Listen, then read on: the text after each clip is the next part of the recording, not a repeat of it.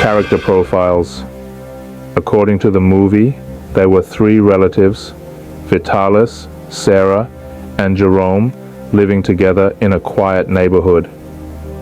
There's a sense of tension in the air due to past grievances.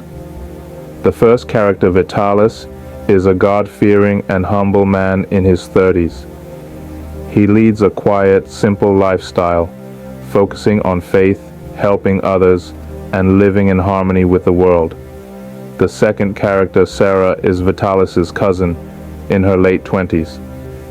She's deeply resentful of Vitalis's piety and quiet nature. She is cynical, modern, and has a sharp tongue. While the third character, Jerome, is Vitalis's other cousin in his early 30s. He is cynical and angry. He is resentful of the way Vitalis chooses to live his life, and he finds his faith and gentle nature frustrating. When the movie starts with Vitalis wakes up before dawn, he quietly kneels beside his bed, praying. The room is still and peaceful. Sarah and Jerome remain asleep in their rooms. Vitalis continues whispering in prayer, saying, "Lord, guide me today. May I be a vessel of your love and peace." Later, Sarah enters the kitchen, tired and grumpy. Vitalis is sitting at the table, reading his Bible. Sarah rolls her eyes as she grabs a cup of coffee. Sarah looks at Vitalis and says sarcastically, "You are still on your little prayer spree, Vitalis. You're wasting your time. God doesn't listen." Vitalis then replied calmly, "God listens, Sarah. He always listens, even if we don't understand." While they were still talking, Jerome walks into the kitchen, disheveled, and grunts as he grabs his breakfast. He doesn't acknowledge Vitalis's presence. Vitalis, smiling softly, says, "Good morning, Jerome. I hope you slept well." Jerome gruffly replied, "Do I look like I slept well?" Sarah mockingly replied, "Of course not. He's got too much on his mind. Like how much he hates your whole holy roller thing, Vitalis." Softly, Vitalis responded, "I'm just trying to live with love and kindness." Vitalis then serves breakfast, but the table is filled with silence. Sarah and Jerome barely speak to each other, and they avoid looking at Vitalis. The atmosphere is thick with tension. Gently, Vitalis says, "I made your favorite pancakes, Jerome." Dismissively, Jerome replied, "Oh, great. Just what I need. More sugar in my life, right?" Later in the day, Vitalis is in the living room reading a book. Sarah and Jerome entered, sitting down with loud sighs. Sarah angrily says, "Why do you always act like you're better than everyone, Vitalis? Praying all the time, pretending you're perfect." Vitalis softly replied, "I never said I was perfect, Sarah. I just want to live in peace and help others." Jerome, snapping, responded, "You think you're some kind of saint, huh? Just because you sit in your corner praying doesn't mean you understand anything about the real world." Vitalis ignored and decided to take a walk in the garden, trying to calm his mind. He pauses by a blooming flower, touching the petals gently. He whispers a prayer of gratitude. "Thank you, Lord, for these little blessings and for the peace you give me." Jerome and Sarah burst into the garden, clearly annoyed. They start making fun of Vitalis's quiet moments. Jerome mockingly says, "Oh look, the Holy One is talking to the flowers, ha ha ha ha ha." Sarah, also laughing with Jerome, says, "Vitalis, are you going to start praying to the trees too?" Vitalis gently replied, "I'm just trying to find peace in the little things." That night, Vitalis sits on his bed, with his back leaned to the wall as he writes in his journal. He pauses, then writes again, the words thick with emotion as he whispers, saying, "Lord, they don't understand me. I try, but they keep turning away."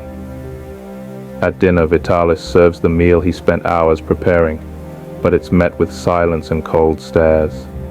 Sarah breaks the silence, mockingly saying, "Vitalis, you could actually do something more useful, like helping to pay a greater portion of the bills, or get a better paying job instead of praying always." Vitalis quietly replied, "I do help where I can, Sarah. I care for the house and for you both." Jerome sarcastically responded, "Yeah, thanks for the great home-cooked meals. That really changes my life. Bro, if you must know, there's more to life than just praying and eating." Vitalis completely ignored. That night, Vitalis lies in bed, unable to sleep. He stares at the ceiling, his mind racing with the harsh words from his cousins. He whispered to himself, "Why do they hate me so much, Lord? What have I done wrong?" The next day, Vitalis tries to talk to Sarah about the tension in the house. He says, "Sarah, I don't want that there should be anger between us. I really do care about you both." Sarah coldly responded, "Well, you're not welcome here with your preachy attitude. Please just stay out of my way." Jerome then walked in and immediately confronts Vitalis, his anger boiling over. He stands in the doorway looking at him with fury in his eyes, yelling at Vitalis, saying, "You think you're better than us? You think God's going to reward you for your fake piety? Well, guess what? Life's not about sitting around waiting for miracles. It's about surviving, bro." Vitalis calmly replied, "I never said I was better, Jerome. I just want to live with love and faith." Vitalis then walks to a window nearby, standing in front of the window, praying in silence. He watches the sunlight pour through the stained glass, his face peaceful despite the turmoil at home. He whispers in prayer, "Lord, give me strength. I don't know how much longer I can bear this." The next day, Sarah talks to Jerome privately, her words dripping with resentment as she whispers, saying, I don't think I can take much more of Vitalis. The way he look at us like we are the ones doing something wrong always." Jerome sighs and replied, "He'll never change. He's always been like this, acting like he's above everyone. Maybe it's time we make him see that he's alone in this." Vitalis walks in on them as they were discussing something in hushed tones.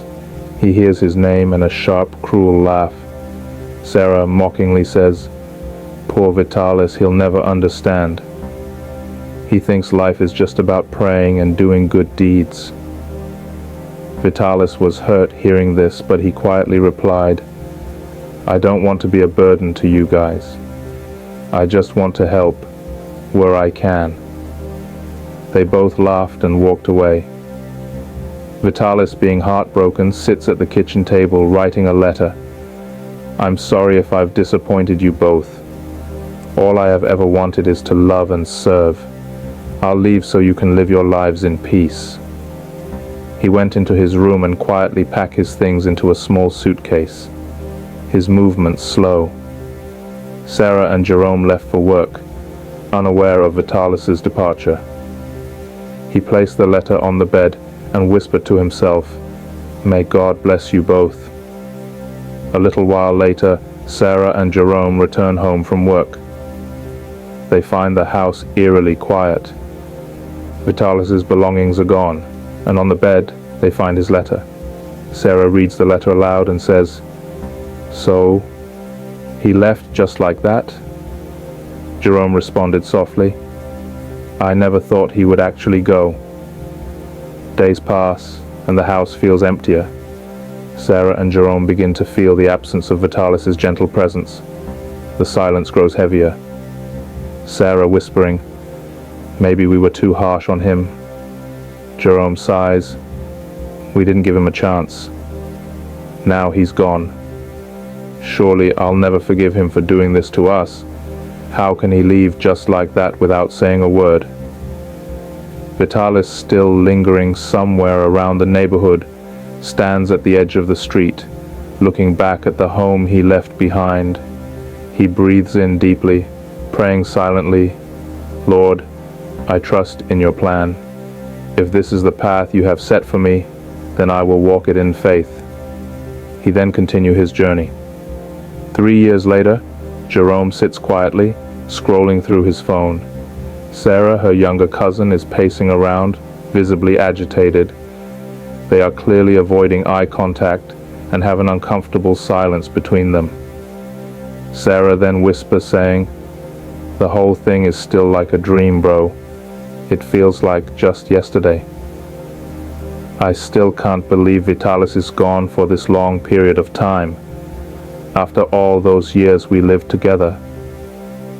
Jerome immediately responded, "He was never really here. Always off in his own world, pretending he was better than everyone." Sarah replied, "You're wrong, Jerome. He was different. He never judged us. We just didn't see it." While Sarah was speaking, she had a flashback of Vitalis in the kitchen from a few years ago. In these flashbacks, Sarah is preparing breakfast, humming a soft hymn. Jerome walks in. Sarah said to him, "Why is Vitalis always telling us to forgive and forget, like it's that easy?" Jerome then replied, "You don't know what it's like always trying to be perfect." Then Sarah awakes from her flashback. She looked at Jerome and said, "Honestly, we really pushed him too far, though it's not enough reason for him to have just left the way he did. At this point, the tension and love within the family have been strained, but there is still hope for reconciliation." The next day, Jerome and Sarah sit quietly in the living room while the door opens, revealing Vitalis, disheveled, with a heavy bag. He stands at the door, hesitating to go in. He then says softly, "Hello? I'm home." Sarah looked surprised in disbelief, Jerome's emotion hidden beneath his stern expression. Sarah, standing slowly, says, "Wow, Vitalis, it's been so long." Jerome gruffly responded, "You came back now, after all this time?" Vitalis mumbling, "I didn't know where else to go." Sarah then approaches Vitalis with her arms widely open. Jerome remained seated with his legs crossed. The house is quiet. Sarah sits on the couch watching TV. Jerome is scrolling through his phone. Vitalis walks in quietly with his heavy bag, wearing a half smile. Then he jokingly said, "Did you miss me?" Sarah softly replied, "We never stopped waiting, Vitalis."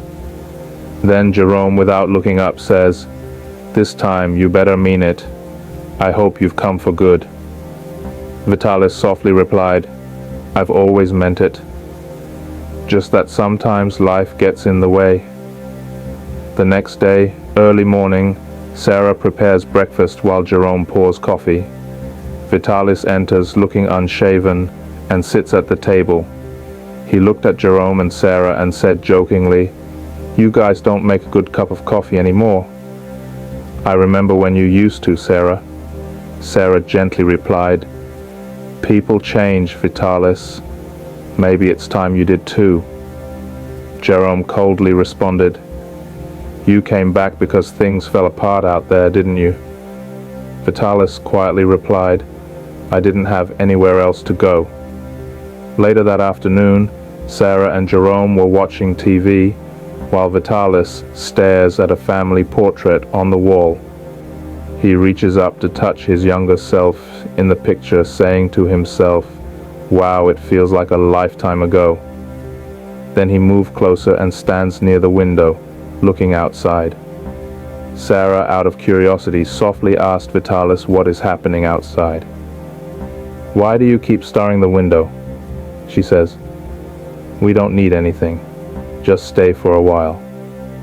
Jerome, gritting his teeth, responded, "You've been running away for years. This time, hope you stay for good." Vitalis, turning to them, replied, "Well, I don't know if I can, but one thing for sure, I love you guys." Sarah responded. I know you're hurting Vitalis, but leaving us every time doesn't fix anything. Vitalis sighs and said, I wasn't leaving you. I was just leaving for me. You've got a good life here. I don't know why you guys choose to stay stuck in it.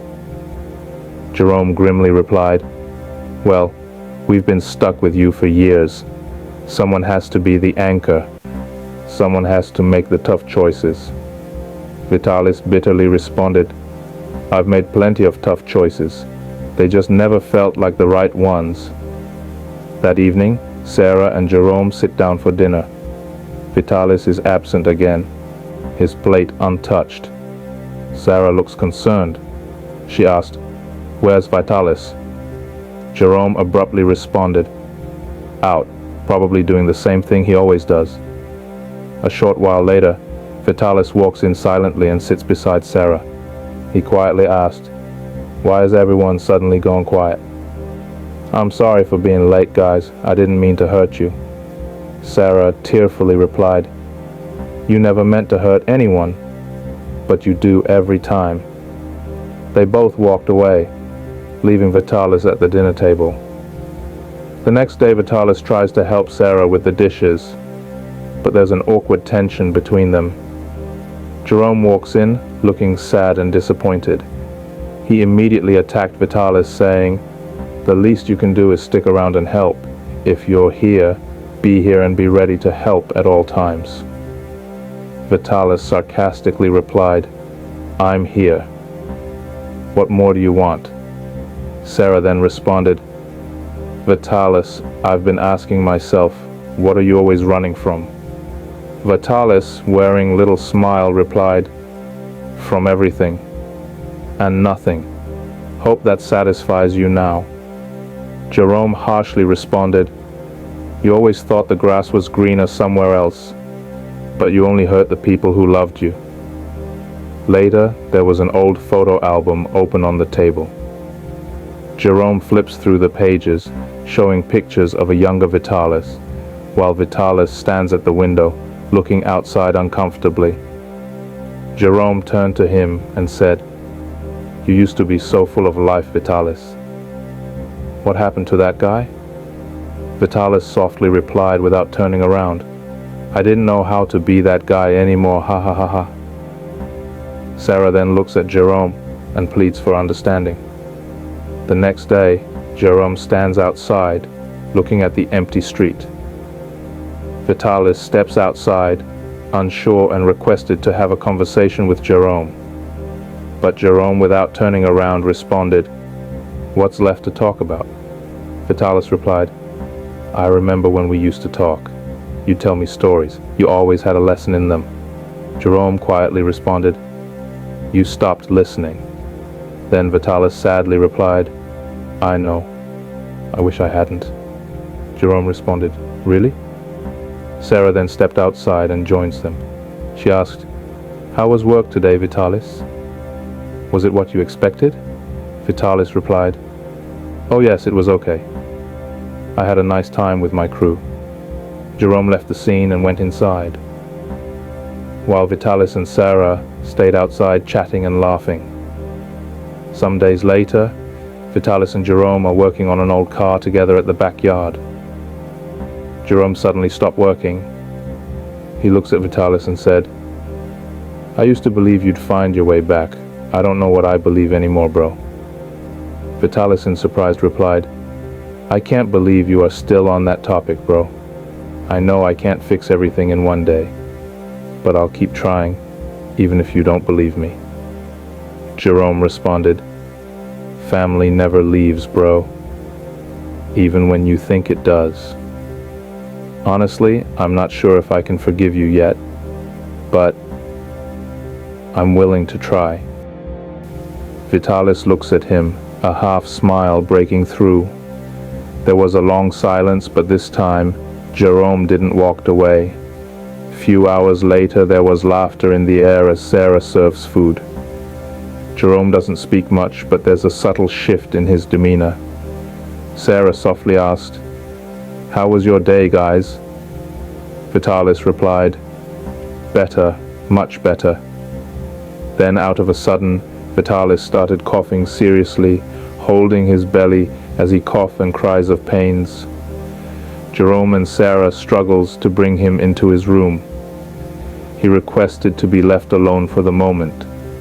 Sitting at the edge of the bed, he held his belly in pain and had a flashback of the conversation he had with his doctor when he was diagnosed with a severe health condition and was told he only had a short time to live because the cancer has spread all over. This happened within the time he left the cousin Jerome and Sarah, the reason he came back to forgive and make peace with them before he finally depart from this world. But he kept it a secret and never reveals his health condition to anyone. He suffered slowly in pain and kept holding on tight as if everything was fine. Then he awakes from the flashback, still sitting on the same position at the edge of the bed, holding his belly and coughing slowly. He contemplates if he should let Jerome and Sarah know about his health condition now that his time was up. He chose to still keep it to himself, but this time he wrote a letter addressed to both Sarah and Jerome. He kept the letter in a safe place, then lay down and finally said his last prayer and passes on. A little while later, Sarah walks into the room to check how Vitalis was doing and finds him unresponsive. She yelled for help, and Jerome immediately rushed into the room. Sarah keeps shaking Vitalis's body in bed, hoping to get a response, but to no avail. Jerome lifts up Vitalis's hand and drops it to confirm if there's still life in him, but to no avail. They both started crying and screaming, "Please don't do this to us, Vitalis. Where do we start or go from here without you? We need you. Please, Vitalis, wake up." But it was already too late. Some days later, Jerome and Rebecca sit in front of their porch, and neither speaks. A little while later, they both went back into the house. Sarah entered into Vitalis's room and finds a letter addressed to her and Jerome. It's dated the day Vitalis passed away. Jerome enters the room and finds Sarah holding the letter. She reads the letter aloud. "To my dear cousins, I forgive you. I pray that one day you'll understand the peace that comes with love and forgiveness." Jerome then replied bitterly, "I'm not interested in his love and forgiveness. He always thought he had it all figured out, but what did it change? He's gone, and we're still stuck here in this crazy world." While he was still talking, Vitalis appeared. Glowing brightly, he said, "I know you're hurt, guys. I understand. But forgiveness is the key to freedom. You don't have to carry this burden anymore. I hope you find peace with yourselves." Jerome tearfully replied, "I'm so sorry, bro. I was carried away with the fact that you were always the good one." Sarah, standing beside Vitalis, tears rolling down her face as she stared at Vitalis. She whispered, "I wish I understood you better, Vitalis. Maybe I would have tried harder to love you more." Vitalis smiled and disappeared. A week later, Jerome and Sarah walks through the cemetery, the weight of their emotions evident as they stands before Vitalis's grave. Jerome, sobbing, says, "I hated you for thinking you could fix everything, but maybe you were right. I was so angry for so long, I don't even know why anymore." Sarah also whispered, "You always saw the good in me, Vitalis, even when I couldn't see it myself. I wish I had been kinder." Then they both held each other, crying. Later at night, Sarah and Jerome went to sleep. While they were sleeping, they both had a similar dream. In the dream, Sarah and Jerome were walking along an unknown place when they suddenly turned around and saw Vitalis standing nearby, glowing softly. Then Vitalis smiled and said gently, "I've never stopped loving you both. Don't carry the weight of my death. Be at peace and keep doing good. Surely your good deeds will pay someday. Remember, love conquers all, for the nature of God himself is love. Both cousins stared at Vitalis, frozen and unable to speak further. They then tried to go closer to him. As they moved closer, he disappeared, and they both awake from the dream feeling shocked. The dream felt so real, each of them said. They were both worried and explained their dream to each other. Sarah then whispered, "Maybe we've been holding on to the wrong things. I don't want to keep living with this burden." Jerome replied, "I know. I've been holding on to my anger for so long. I forgot how to let go. Lord, please help us find peace. I never wished to be like this, angry, bitter, but maybe it's time I start forgiving, starting with myself." Sarah responded, "I've carried my own shame for so long, but Vitalis believed in us. I have to believe too." Some days later, Jerome and Sarah sit down together, reading Vitalis's final letter one more time. This time they read the letter with more understanding. Sarah whispered, "He knew we'd be lost without him." Jerome replied, "But we're not alone. He's still here with us. Let me use this opportunity to apologize to you, Sarah. I'm deeply sorry for all the years I made you feel less, and for all the hate I carried. Can you forgive me, please?" Sarah replied, "There's nothing to forgive. We were both lost." Sarah then took a candle and placed it in front of Vitalis's picture and light the candle, saying, "Thank you, Vitalis. I think I'm finally starting to understand." The next day, Jerome and Sarah prepared a meal together. They were both happy, smiling with a sense of peace between them. Then Jerome whispered, "We'll make it through together, sis." Sarah replied, "Just like Vitalis always wanted, right? We've finally found peace." Jerome responded, "We're free. We'll never forget you in a hurry, Vitalis, and we'll keep forgiving." Jerome then took a bottle of wine and half-filled 2 glasses. He handed one to Sarah and held the other glass to himself. He offered a toast, saying, "Cheers to peace and a new beginning." Thanks for watching. I've been Vitalis Forchap, the writer, director, producer, and narrator of the movie. Stay safe, and may the good Lord continue to shower his heavenly blessings upon you. In Jesus' mighty name.